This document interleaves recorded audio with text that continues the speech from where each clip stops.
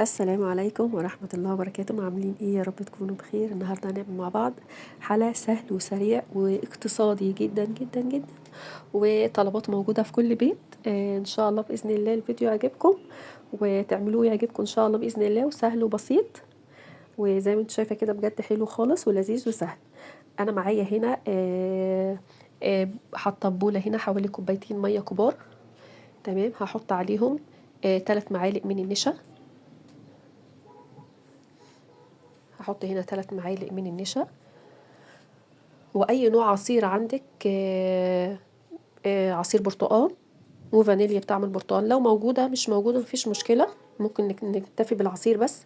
ومعايا هنا كوبايه سكر، وعلى حسب الحاله اللي انت عايزاه، يعني هنا حطيت كوبايه سكر وهدوبه كويس جدا.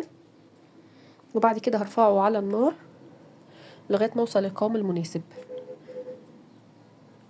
وهو على النار انا بعمل هنا، انا عندي ده كركديه غليته على البوتاجاز وسبته يبرد وصفيته، وخدت الميه بتاعته وهحط عليه برضو 3 معالق من النشا وكوبايه سكر برضو، وهقلبهم كويس جدا على البرد. وبعد كده ارفعهم برضو على النار.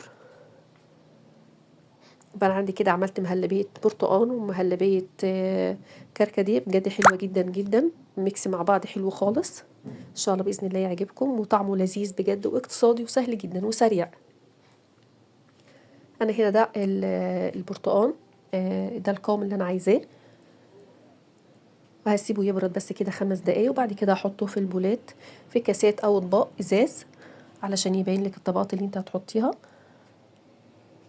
بجد طعمه حلو جدا جدا جدا، يا ريت تجربيه والله، بجد سهل وبسيط جدا.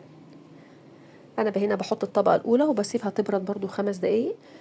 انا ده التاني اللي هو مهلبيه الكركديه، ده برضو القوام اللي انا عايزاه، بسيبه يبرد شويه برضو كده. وبعد كده بحط الطبقه التانية،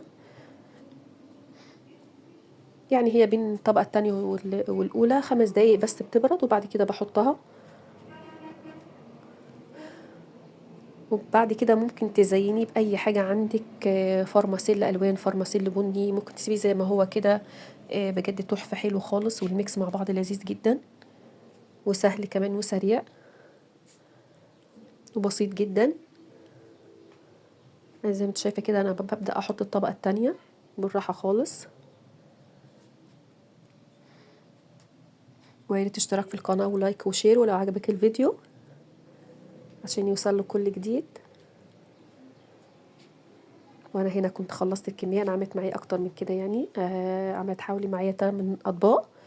بجد حلو جدا. وممكن كمان تعمليه في كاسات اصغر من كده، دي اطباق كبيره لو عايزه تعملي في كاسات اكبر اصغر من كده. ويا رب يكون الفيديو عجبكم، والسلام عليكم ورحمه الله وبركاته.